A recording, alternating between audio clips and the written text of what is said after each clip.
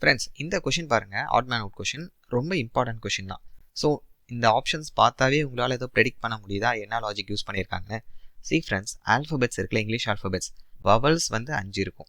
Okay, மீதி இருக்கதான் consonants. So 21 கான்சோனன்ஸ்னு சொல்லுவோம். இது ரெண்டையும் ஆட் பண்ணால் தான் 26 இங்கிலீஷ் ஆல்ஃபபெட்ஸ், ரைட்டா? இப்போ ஏ ஆப்ஷனில் பாருங்கள், ஃபர்ஸ்ட் ஆப்ஷனில் எல்லாமே கான்சோனன்ஸ் தான். செகண்ட்லேயும் அப்படியே தான் இருக்குது, தேர்ட்லேயும் அப்படியே தான் இருக்குது, கரெக்டாக? இப்போ ஃபோர்த் ஆப்ஷன் பாருங்கள், இந்த தேர்ட் லெட்டரில் என்ன இருக்குது? ஓ இருக்குது. ஸோ ஓங்கிறது என்னது? வவல். ஸோ ஆல்ஃபபெட்ஸில் எத்தனை வவல்ஸ் இருக்குது? 5 வவலா? So A, E, I, O, you. மீதி எந்த ஆப்ஷன்லையாவது இந்த வவல்ஸ் இருக்கான்னு பாருங்கள். AE, IOU.